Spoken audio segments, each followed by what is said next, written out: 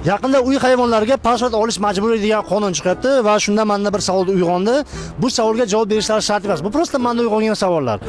Deylik, meni uyimda ko'z shapalak boqsam-da, lituchamish. O'shanda men uchga to'dirasini qanaqa tushirishim kerak? Teskari qilibmi, to'g'ri qilibmi? Prosta ular postoyan teskari bo'ladi-ku. Yoki meni uyimda toshbaqa bor deylik. Toshbaqaga men propiskani qayerga qo'yishim kerak bo'ladi? U prosta uy doim o'zi bilan birga. Shu bilan bir qator tovuqlarim bor. Tovuqni qaysi paytda men rasmga tushirgan yaxshiroq? Tuxum paytimi yoki tovuq bo'lgan paytimi, jo'ja bo'lgan paytimi? Va tuxum bo'lgan payti bo'lsa agar men chaqsam deylik uni. O'sha paytda men borib отчет berishim kerakmi, nimadir qilishim kerakmi? Shuni aytib o'rsanglar.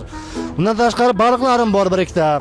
Baliqlarimni qaysi paytda rasmga tushiray? Qanaqa paytda hujjatlarni tayyorla? Ikra bo'lgan paytimi yo har bir qanaqadir boshqa paytimi? Uyimda bitta xameleon bor-da. Xameleonni men qaysi paytda rasmga tushiray? Qaysi rangda bo'lgan payti? Shtop sizlarga ha mana shu rang bo'ladi, bemalol deyishlaringiz mumkin. Prosta bilasizlar-ku, har xil tusga kiradi-ku xameleon ham.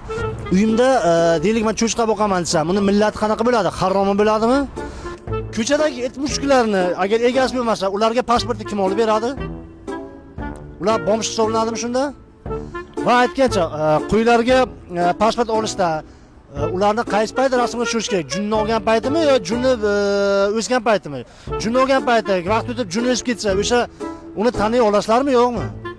Pasport olgandan keyin hayvonlarga, hayvonlarning nomiga kredit olib bo'ladimi yo'qmi? Agar olib bo'lsa, qanchagacha olish mumkin? Hayvonga kredit olsak agar, bunga ikkinchi hayvon kafil bo'la oladimi? Va mabodo to'lamay qolsa, uni qanday to'laydi? O'zining go'shti bilanmi?